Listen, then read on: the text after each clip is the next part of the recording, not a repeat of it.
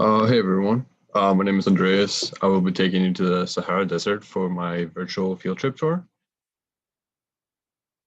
Why?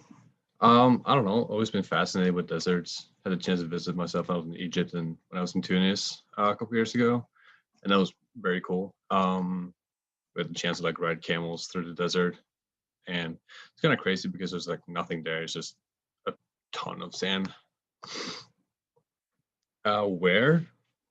The coordinates here are is for like the little green spot where I have my mouse right here.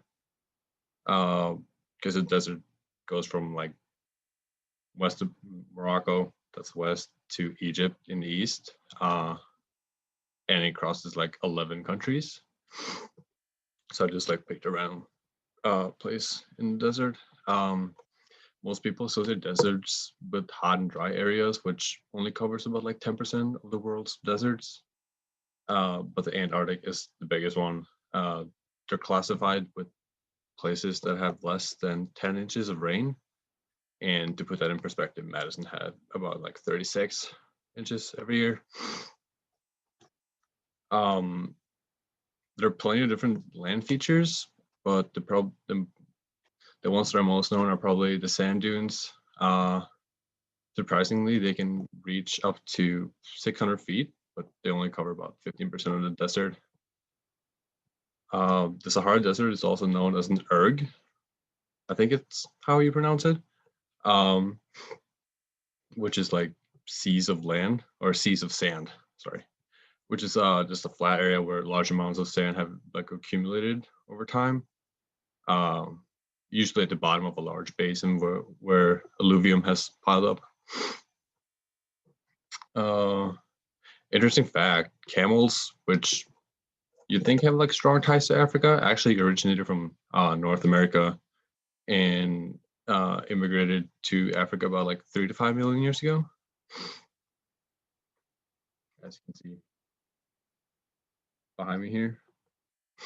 Um, and then for climate and the winds, Ionian transportation is one of the transportation methods, and it's where only the finest sand particles are carried until it reaches the top of like a slip face.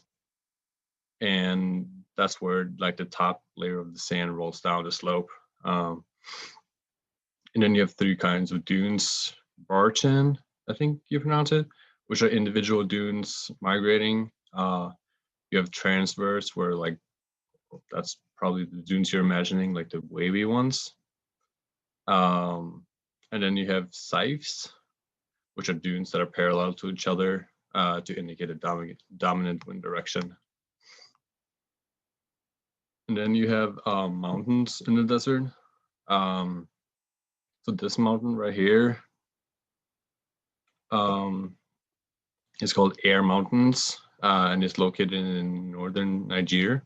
It's 84,000 square kilometers.